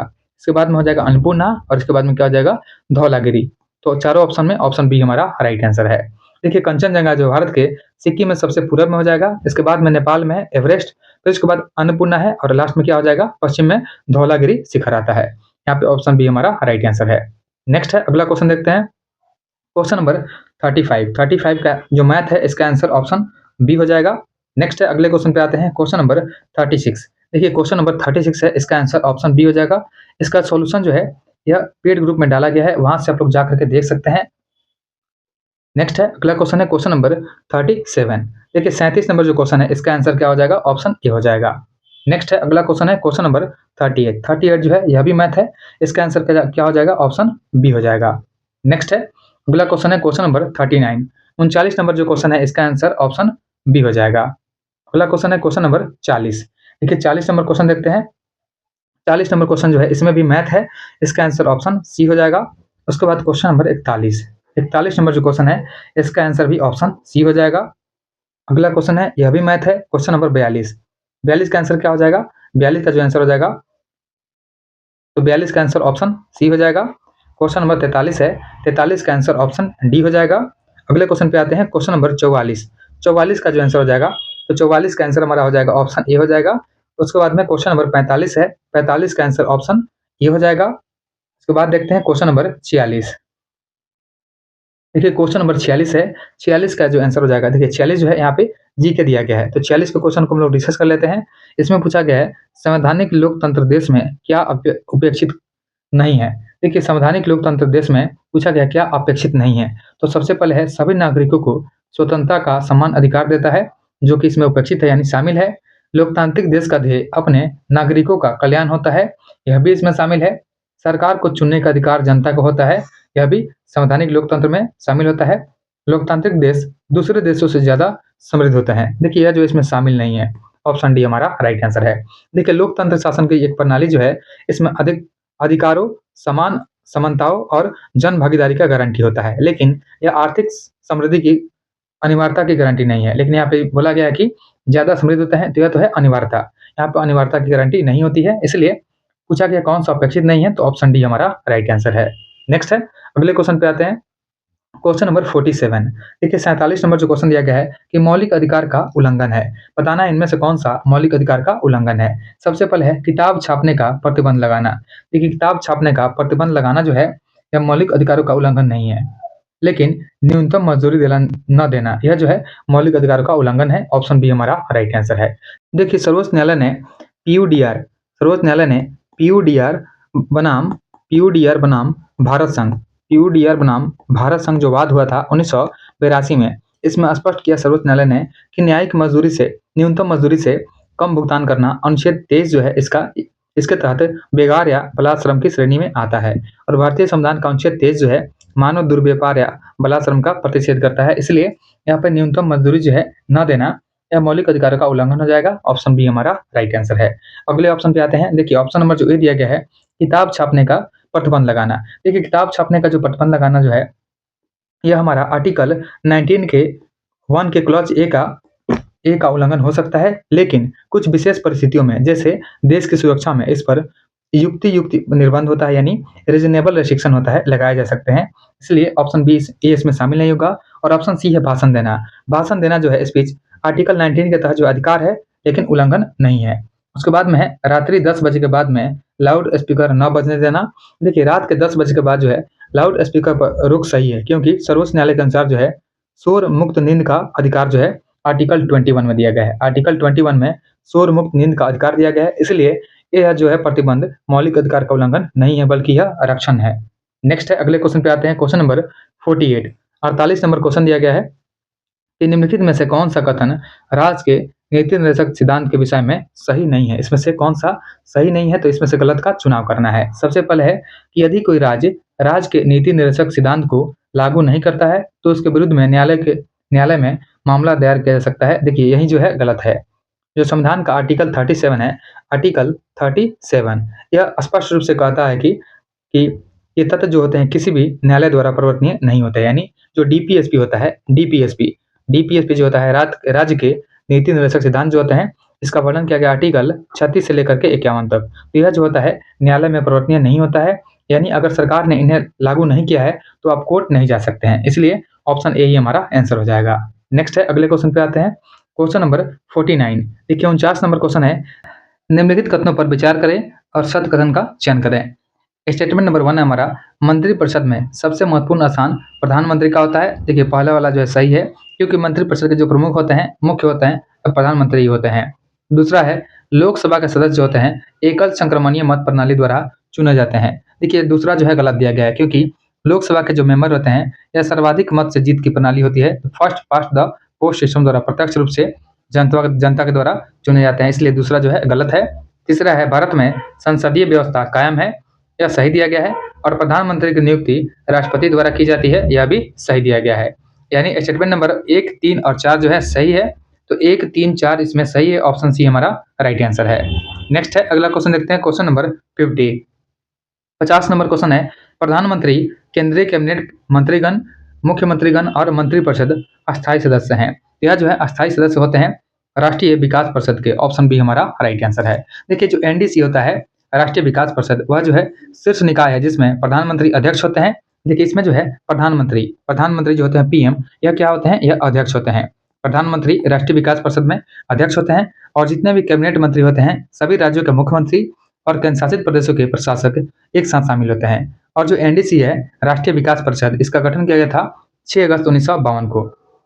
तो इसको भी ध्यान देंगे कि 6 अगस्त 1952 को इसका गठन किया गया था। एक कार्यकारी प्रस्ताव के द्वारा किया गया था, और इसे योजना आयोग जो है, जिसे हम लोग नीति आयोग बोलते हैं, और राज्यों के बीच में सहयोग बढ़ाने के लिए बनाया गया है। नेक्स्ट है, अगले क्वेश्चन पे आते हैं। Question number 51। देखिए क्वेश्चन नंबर 51 दिया गया है, सत्य कथन का चुनना है, कौन सा इसमें से सही दिया गया है। कथन नंबर 1 है, लोकसभा में राष्ट्रपति 4 सदस्य को मनोनीत करते हैं। देखिए लोकसभा की बात करते हैं तो लोकसभा में 4 सदस्यों को मनोनीत नहीं करते हैं। पहला वाला जो हमारा गलत हो जाएगा, क्योंकि पहले राष्ट्रपति लोकसभा में एंग्लो इंडियन समुदाय के 2 सदस्यों को मनोनीत करते थे, लेकिन अभी जो है इसे हटा दिया गया है। इसलिए पहला जो है गलत है। दूसरा है प्रत्याशी को उसी राज्य का होना चाहिए जहाँ से वह राज्यसभा का चुनाव लड़ रहा हो, तो दूसरा भी इसमें गलत दिया गया है, क्योंकि प्रत्याशी के बारे में जो दिया गया है तो 2003 में लोक प्रतिनिधित्व अधिनियम आया था 1951 वाला, इसमें संशोधन किया गया था और अब राज्यसभा जो होता है चुनाव लड़ने के लिए उस राज्य का निवासी होना अनिवार्य नहीं है, यानी इसको हटा दिया गया है 2003 में ही। इसलिए जो दूसरा है यह गलत दिया गया है। और तीसरा है राज्यसभा को भंग नहीं किया जा सकता है। देखिए राज्यसभा को भंग नहीं कर सकते हैं, यह एकदम से सही कथन है, इसलिए ऑप्शन सी हमारा राइट आंसर हो जाएगा। उसके बाद ऑप्शन नंबर 4 है, डी है कि राज्यसभा में 11 सदस्यों को राष्ट्रपति मनोनीत करते हैं, यह गलत दिया गया है, क्योंकि राज्यसभा में 12 सदस्यों का मनोनयन जो है यह राष्ट्रपति करते हैं। नेक्स्ट है, अगले क्वेश्चन पे आते हैं, क्वेश्चन नंबर 52। क्वेश्चन नंबर 52 है कि राज्यसभा को किस अनुच्छेद के तहत जो है विशिष्ट शक्तियां प्राप्त हुई है। तो राज्यसभा को जो विशिष्ट शक्तियां प्राप्त होती है यह आर्टिकल 249 में प्राप्त होती है। ऑप्शन डी हमारा राइट आंसर है। देखिए जो आर्टिकल 249 है इसमें क्या है कि राज्यसभा को यह विशेष शक्ति देता है कि वह राज्य सूची यानी स्टेट लिस्ट के किसी भी विषय को राष्ट्रीय महत्व का घोषणा कर सकती है, जिससे संसद उस पर कानून बना सके, और यह शक्ति जो है लोकसभा के पास नहीं होती है। नेक्स्ट है, अगला क्वेश्चन है क्वेश्चन नंबर 53। देखिए क्वेश्चन नंबर 53 है, निम्नलिखित में कौन सी संसदीय समिति कार्यपालिका के लिए नियम विनियम बनाने के लिए प्रत्यारोपित शक्ति से संबंधित है। यह हो जाएगी अधीनस्थ विधान पर समिति। ऑप्शन बी हमारा राइट आंसर है। भारत में प्रत्यायोजित विधान जो होती है इसकी जांच करने वाली समिति को आधिकारिक रूप से अधीनस्थ विधान संबंधी समिति कहा जाता है, यही इसके लिए जिम्मेदार हो जाएगी। ऑप्शन बी हमारा राइट आंसर है। नेक्स्ट है, अगले क्वेश्चन पे आते हैं, क्वेश्चन नंबर 54 है, उपयुक्त में से कौन सा कथन सही है, इसमें से सही का चुनाव करना है। कथन 1 है, राज्यसभा विधानसभा विधि द्वारा उस राज्य में प्रयुक्त होने वाली किसी एक या अधिक भाषाओं को अथवा हिंदी को उस राज्य की राजभाषा बना सकती है, जो कि सही दिया गया है, यानी कथन 1 हमारा सही है। कथन नंबर 2 है, राजभाषा अधिनियम में यह प्रावधान है कि संघ और गैर हिंदी राज्यों के बीच में संचार के लिए अंग्रेजी का प्रयोग किया जाना चाहिए, यह भी सही दिया गया है, यानी कथन 1 और 2 दोनों सही दिए गए हैं। तो ऑप्शन सी हो जाएगा, 1 और 2 दोनों सही हो जाएंगे। नेक्स्ट है, अगले क्वेश्चन पे आते हैं, क्वेश्चन नंबर 55। 55 नंबर क्वेश्चन दिया गया है कि देश में राष्ट्रीय आपातकाल लागू करने के लिए सशस्त्र विद्रोह शब्द किस संविधान संशोधन अधिनियम के द्वारा जोड़ा गया था। तो इसको जोड़ा गया था 44वां संविधान संशोधन। ऑप्शन बी हमारा राइट आंसर है। देखिए 1975 में लगाए गए आपातकाल के दौरान आंतरिक अशांति शब्द था। पहले क्या था, आंतरिक अशांति, पहले शब्द रखा गया था आंतरिक अशांति। तो आंतरिक अशांति जो है इसको हटा करके 44वें संविधान संशोधन में 44वें संविधान संशोधन में इसको क्या किया, संशोधन किया गया 1978 में इसमें संशोधन किया गया। उस समय सरकार थी मोरारजी देसाई की, इसने बदल करके उसको क्या कर दिया, सशस्त्र विद्रोह कर दिया था, इसको चेंज करके सशस्त्र विद्रोह कर दिया गया था। नेक्स्ट है, अगला क्वेश्चन है क्वेश्चन नंबर 56। हाल ही में संपन्न बिहार विधानसभा चुनाव 2025 के संदर्भ में असत्य कथन का पहचान करना है, कौन सा गलत है। पहला है, बिहार में कुल मतदान प्रतिशत 67.13% है, जो कि सही है। महिलाओं का मतदान प्रतिशत जो है 71.78% है, यह भी सही है। पुरुषों का मतदान प्रतिशत 62.98% है, यह भी सही दिया गया है।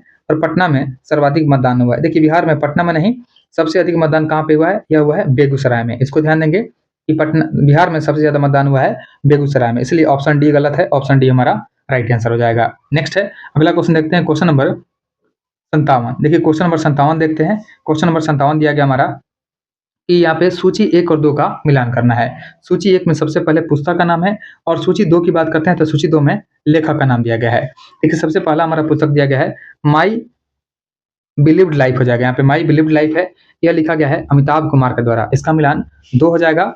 उसके बाद में है दूसरा है स्पीकिंग विद नेचर, तो स्पीकिंग विद नेचर जो है यह लिखे हैं रामचंद्र गुहा। उसके बाद में है the Nehru development model, the Nehru development model जो है यह लिखा गया है अरविंद पनगड़िया के द्वारा।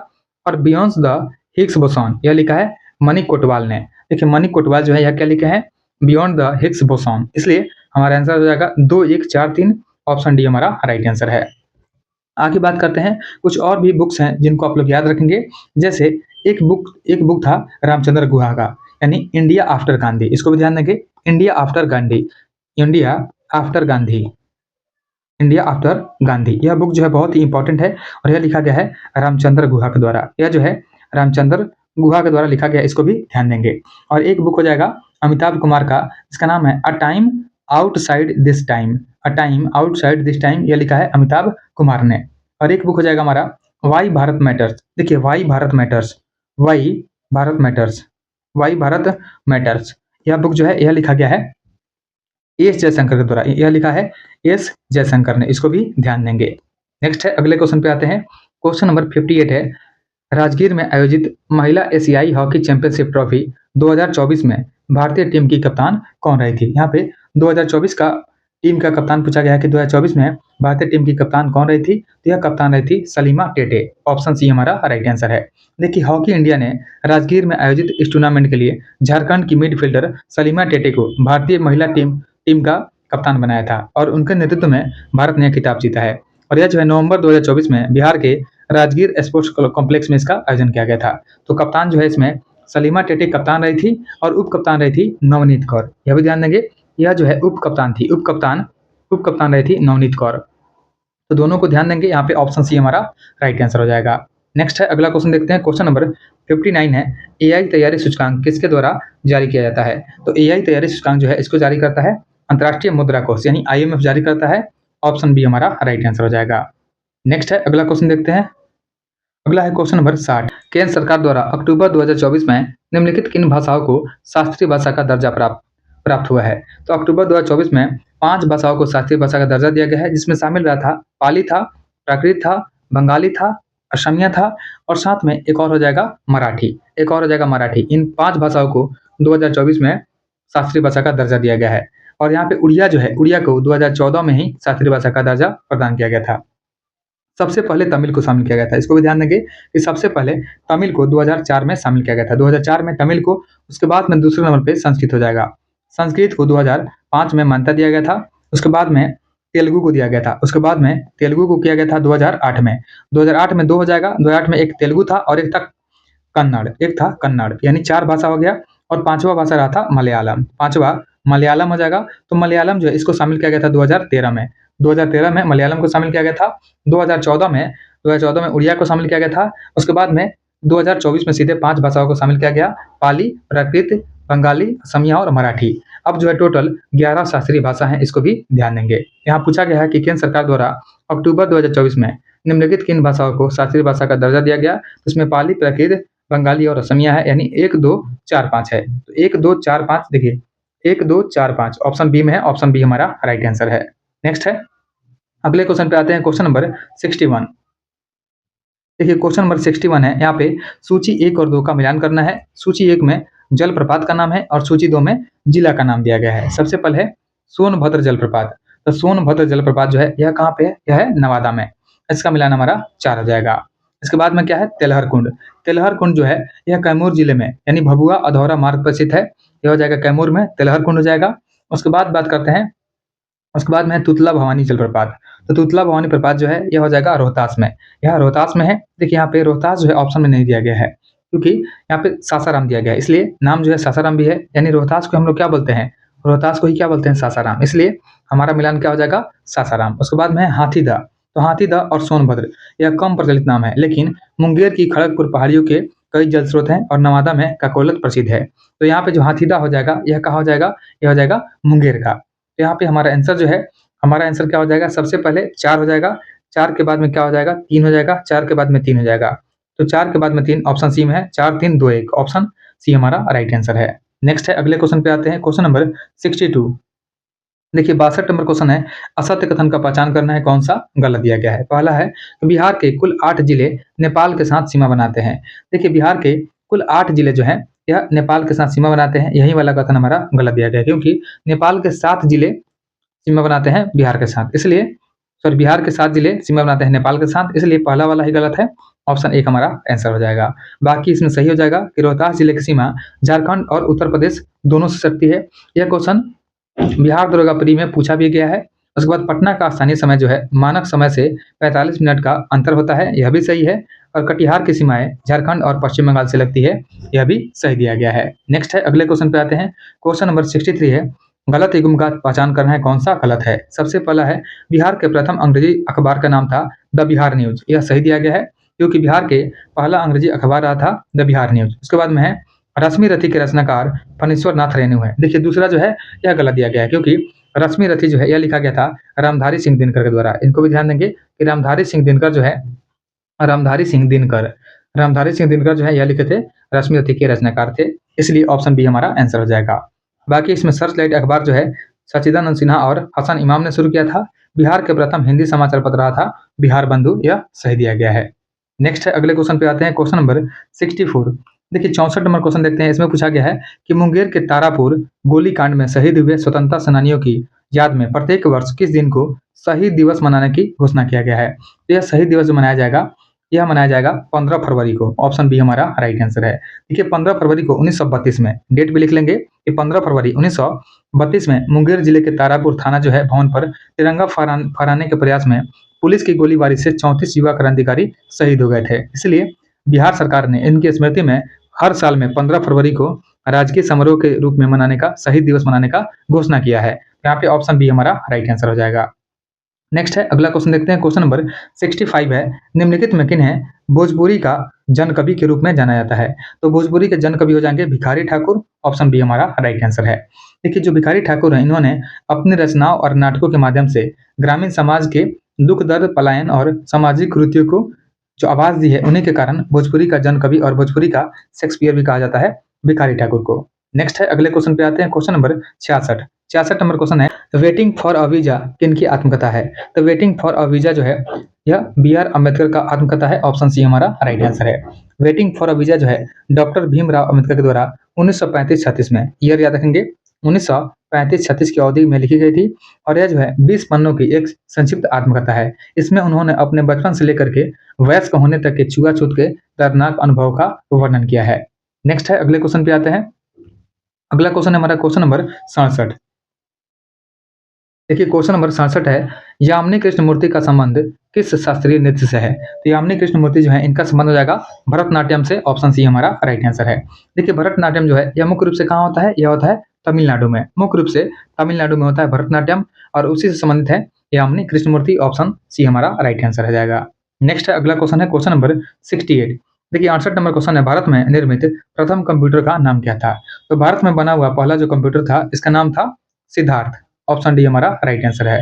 देखिए इसका निर्माण जो है ईसीआईएल ने किया था। इसका निर्माण किया था ईसीआईएल ने इसका निर्माण किया था, जिसका फुल फॉर्म होता है electronics corporation of India limited, जो कि हैदराबाद में स्थित है। इसको भी ध्यान देंगे, यह कहाँ पे स्थित है, तो यह स्थित है हैदराबाद में। नेक्स्ट है, अगला क्वेश्चन है क्वेश्चन नंबर 69 है, असत्य विकल्प का चयन करना है, इसमें से कौन सा गलत दिया गया है। सबसे पहले है प्रवासी भारतीय दिवस जो है हम मनाते हैं 9 जनवरी को, यह सही दिया गया है। अंतर्राष्ट्रीय मातृभाषा दिवस 21 फरवरी को होता है, यह भी सही दिया गया है। उसके बाद में है अंतर्राष्ट्रीय निरस्त्रीकरण और अप्रसार जागरूकता दिवस जो है 10 मार्च को मनाते हैं, यह गलत हो जाएगा, इसलिए यही हमारा आंसर हो जाएगा। इसको मनाते हैं 5 मार्च को। ध्यान देंगे कि अंतर्राष्ट्रीय निरस्त्रीकरण और अप्रसार जागरूकता दिवस जो है 5 मार्च को मनाते हैं और राष्ट्रीय प्रौद्योगिकी दिवस जो है यह मनाते हैं 11 मई को, यह सही दिया गया है। नेक्स्ट है, अगला क्वेश्चन है क्वेश्चन नंबर 70। देखिए 70 नंबर क्वेश्चन क्या दिया गया है कि परमवीर चक्र से सम्मानित होने वाले एकमात्र भारतीय वायुसेना के अधिकारी कौन है। तो परमवीर चक्र से सम्मानित होने वाले एकमात्र भारतीय वायुसेना अधिकारी क्या हो जाएंगे, या फ्लाइंग ऑफिसर निर्मलजीत सिंह सेखो हो जाएंगे। ऑप्शन बी हमारा राइट आंसर हो जाएगा। देखिए 1971 के भारत पाकिस्तान जो युद्ध हुआ था, इसी के दौरान में अदम्य साहस और वीरता के लिए फ्लाइंग ऑफिसर निर्मलजीत सिंह सेखो को मरणोपरांत इनको परमवीर चक्र से सम्मानित किया गया था और आज तक जो है वह भारतीय वायुसेना के एकमात्र अधिकारी हैं जिन्हें देश का सर्वोच्च सैन्य सम्मान मिला हुआ है। नेक्स्ट है, अगला क्वेश्चन देखते हैं क्वेश्चन नंबर 71। संयुक्त राष्ट्र संघ की स्थापना 1945 के समय संस्थापक सदस्य के रूप में भारत की ओर से संयुक्त राष्ट्र चार्टर पर किन्होंने हस्ताक्षर किया था। तो इस पर हस्ताक्षर किया था 26 जनवरी 1945 को, यह किए थे रामास्वामी मुदलियार ने। ऑप्शन डी हमारा राइट आंसर है। देखिए 26 जून 1945 को सैन फ्रांसिस्को के सम्मेलन में भारत की ओर से सर रामास्वामी मुदलियार ने संयुक्त राष्ट्र चार्टर पर हस्ताक्षर किया था और उस समय भारत ब्रिटिश शासन का अधीन था, फिर भी वह यूनाइटेड नेशन का एक संस्थापक सदस्य बना हुआ था। नेक्स्ट है, अगला क्वेश्चन है क्वेश्चन नंबर 72। देखिए क्वेश्चन नंबर 72 दिया गया है, यहाँ पे 72 नंबर में रीजनिंग दिया गया है, तो इसका जो आंसर हो जाएगा हमारा, इसका आंसर ऑप्शन ए हो जाएगा, 19 हो जाएगा। नेक्स्ट है, अगला क्वेश्चन देखते हैं क्वेश्चन नंबर 73। देखिए क्वेश्चन नंबर 73 है, 73 का जो आंसर हो जाएगा ऑप्शन सी, इसका आंसर हो जाएगा ऑप्शन सी हो जाएगा। नेक्स्ट है, अगला क्वेश्चन है क्वेश्चन नंबर 74। देखिए क्वेश्चन नंबर 74 जो है इसका आंसर ऑप्शन बी हो जाएगा। अगला क्वेश्चन है हमारा क्वेश्चन नंबर 75 का आंसर ऑप्शन ए हो जाएगा। उसके बाद में है क्वेश्चन नंबर 76। 76 नंबर जो क्वेश्चन है इसका आंसर हो जाएगा ऑप्शन बी, इसका आंसर हो जाएगा ऑप्शन बी हो जाएगा। देखिए आगे ऑप्शन है ऑप्शन बी, यहाँ पे ऑप्शन बी दिया गया है स्पेनिश, यही हमारा आंसर हो जाएगा। नेक्स्ट है अगला क्वेश्चन दिया गया है क्वेश्चन नंबर 77, 77 नंबर क्वेश्चन दिया गया है, इसका आंसर जो हो जाएगा ऑप्शन बी, इसका आंसर हो जाएगा, ऑप्शन इसका बी हो जाएगा। देखिए ऑप्शन बी इसका आंसर हो जाएगा। नेक्स्ट है अगला क्वेश्चन देखते हैं क्वेश्चन नंबर 78, 78 नंबर जो क्वेश्चन है इसका आंसर हो जाएगा ऑप्शन डी हो जाएगा। उसके बाद अगला क्वेश्चन है क्वेश्चन नंबर 79, 79 नंबर क्वेश्चन जो है इसका आंसर क्या हो जाएगा, इसका आंसर ऑप्शन सी हो जाएगा। और 80 नंबर का जो आंसर है, 80 नंबर का आंसर ऑप्शन ए हो जाएगा, यानी इसका जो आंसर हो जाएगा ऑप्शन ए हो जाएगा। नेक्स्ट है अगले क्वेश्चन पे आते हैं, क्वेश्चन नंबर 81 है, क्वेश्चन नंबर जो 81 है, 81 का आंसर ऑप्शन बी हो जाएगा। उसके बाद में क्वेश्चन नंबर 82 है, इसका आंसर ऑप्शन सी हो जाएगा। नेक्स्ट है अगला क्वेश्चन है क्वेश्चन नंबर 83। देखिए 83 नंबर जो क्वेश्चन है, 83 नंबर का क्वेश्चन आंसर हो जाएगा हमारा ऑप्शन ए हो जाएगा, 15 इसका आंसर हो जाएगा। अगला क्वेश्चन है क्वेश्चन नंबर 84, सिंधु घाटी सभ्यता के संदर्भ में निम्नलिखित कथनों पर विचार कीजिए। स्टेटमेंट नंबर 1 है हमारा, सिंधु घाटी सभ्यता के लोग लोहे के उपयोग और घोड़े के नियमित सैन्य प्रयोग से भली भांति परिचित थे। देखिए सिंधु घाटी सभ्यता में लोहे का प्रयोग नहीं किया गया था, क्योंकि यह जो थी कांस्य युगीन सभ्यता थी, इसलिए पहला वाला गलत हो जाएगा।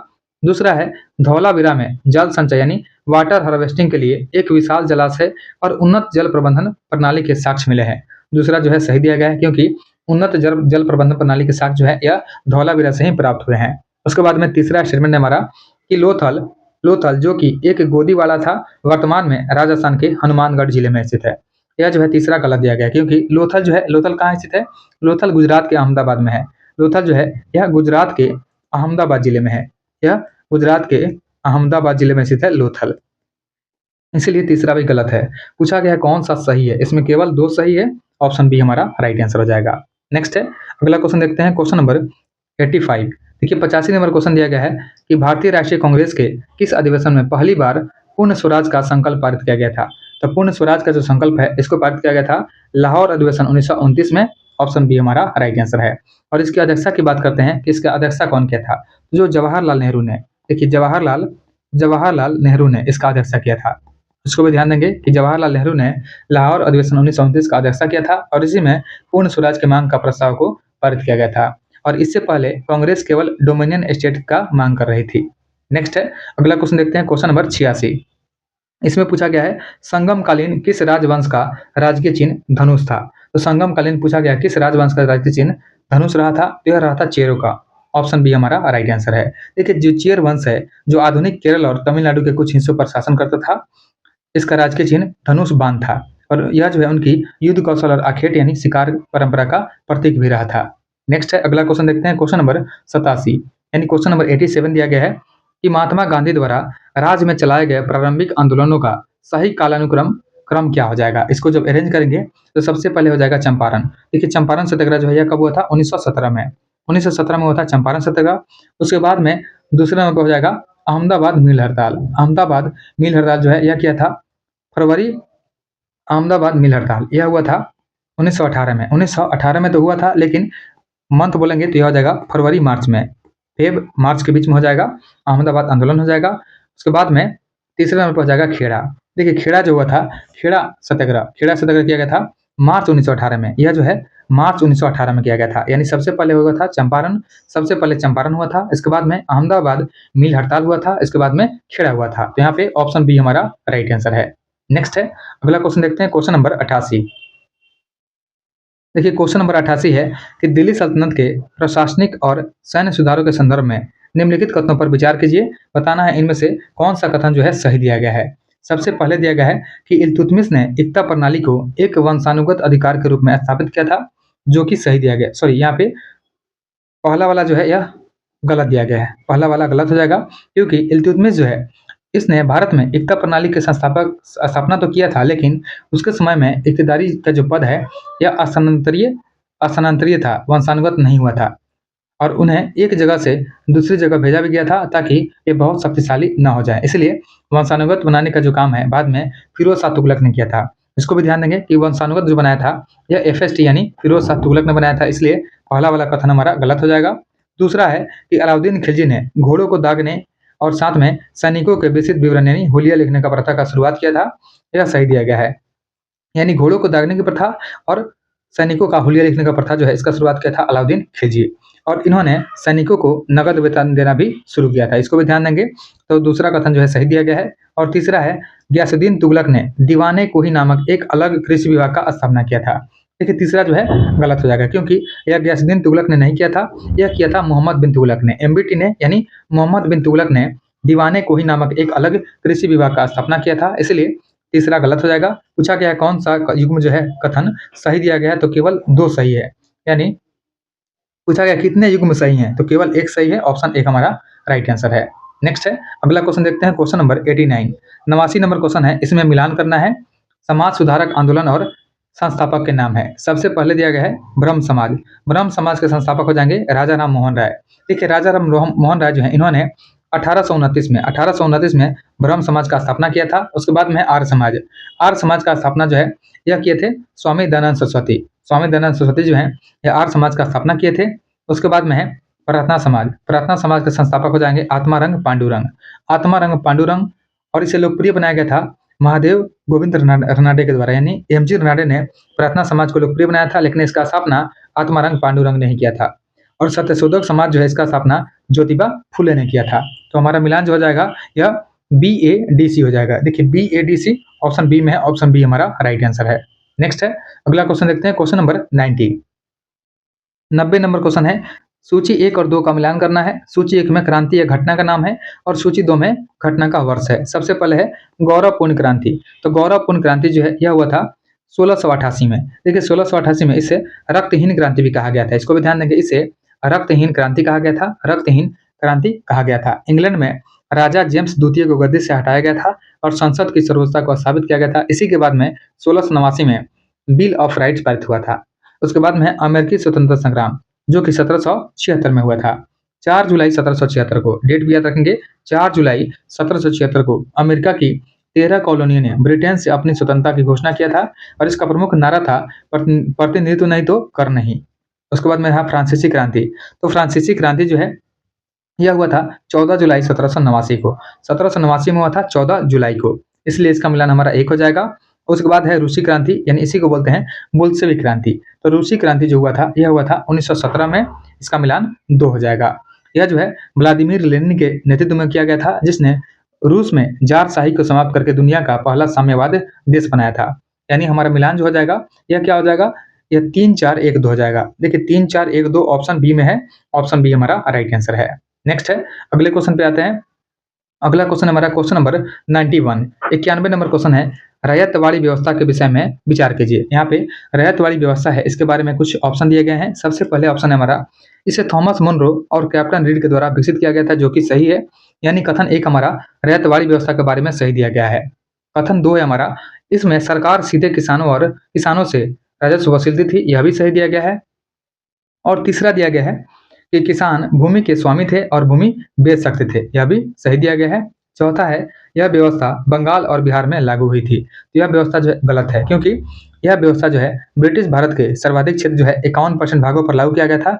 और इसको लागू किया गया था, कहाँ पे लागू किया गया था इसको, मद्रास में, साथ में बम्बई में और साथ में पूर्वी बंगाल में। इसे पूर्वी बंगाल में लागू किया गया था, पूर्वी बंगाल में सिर्फ लागू किया गया था। और बंगाल के कुछ हिस्से इसमें असम और कुर्ग शामिल रहे थे, लेकिन बिहार और बंगाल में अस्थायी बंदोबस्त को लागू किया गया था, इसमें रैयतवाड़ी व्यवस्था शामिल नहीं थी। पूछा गया है गलत कथन कौन सा है, इसमें गलत जो है केवल 4 है, ऑप्शन 1 हमारा राइट आंसर हो जाएगा। नेक्स्ट है, अगला क्वेश्चन देखते हैं, क्वेश्चन नंबर 92। देखिए 92 नंबर क्वेश्चन है कि मुगल प्रशासन में मनसबदारी प्रथा की शुरुआत किस शासक ने की थी, जो मंगोलों की देखभाल पद्धति पर आधारित था। इसका शुरुआत किया था अकबर ने, ऑप्शन सी हमारा राइट आंसर हो जाएगा। देखिए मुगल बादशाह अकबर ने 1571 ईस्वी में अपने शासनकाल के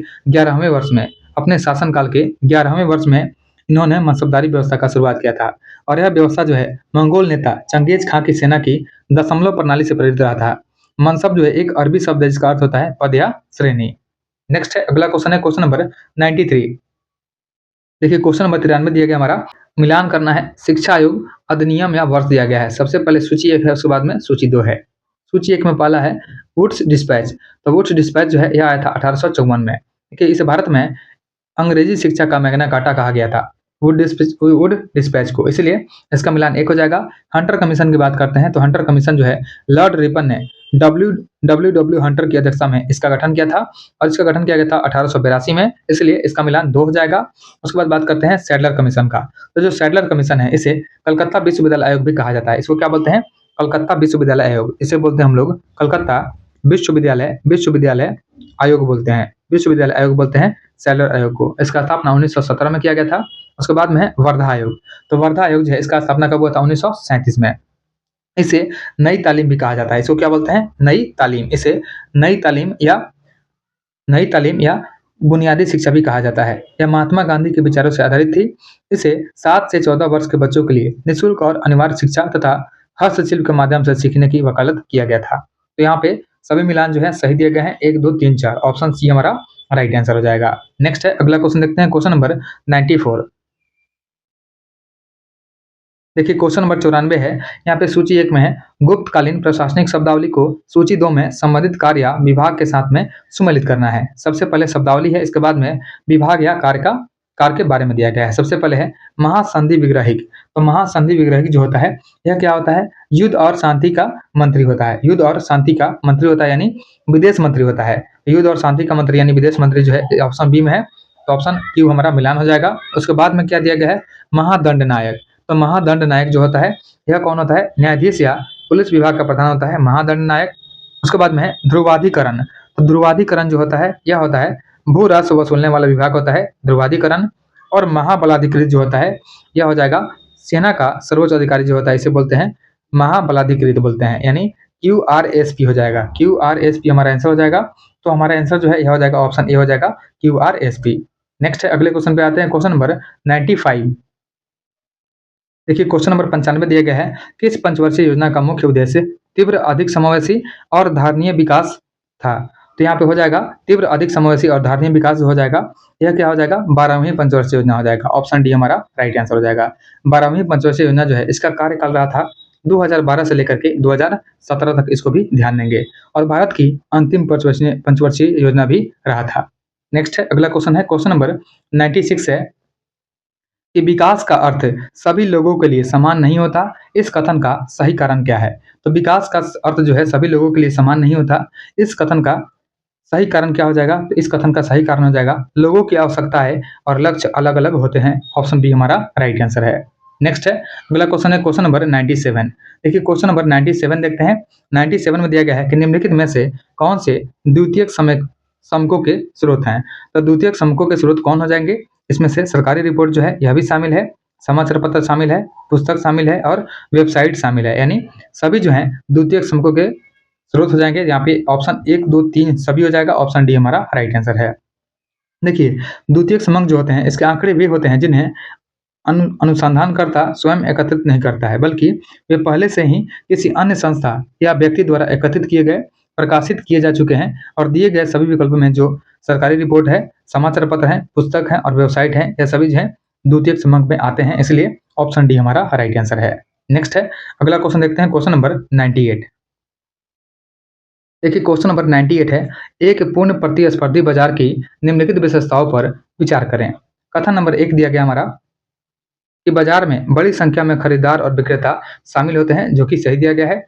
उसके बाद में दूसरा है सभी फर्म समरूप वस्तु बनाती हैं। देखिए सभी फर्म जो होते हैं ये समरूप वस्तु बनाती है। यह कहाँ बनाती है? पूर्ण प्रतिस्पर्धी बाजार में, यह भी सही दिया गया है। और प्रत्येक खरीदार जो है और विक्रेता अलग अलग मूल्य लेने वाला होता है। देखिए यह जो है गलत है, क्योंकि पूर्ण प्रतिस्पर्धी बाजार का मतलब क्या होता है? वहाँ पे सभी विक्रेता जो है सेम ही रेट पे वस्तुओं को बेचते हैं, इसलिए तीसरा इसमें गलत दिया गया है। इसलिए ऑप्शन पूछा गया कौन सा असत्य है, तो केवल 3 गलत है।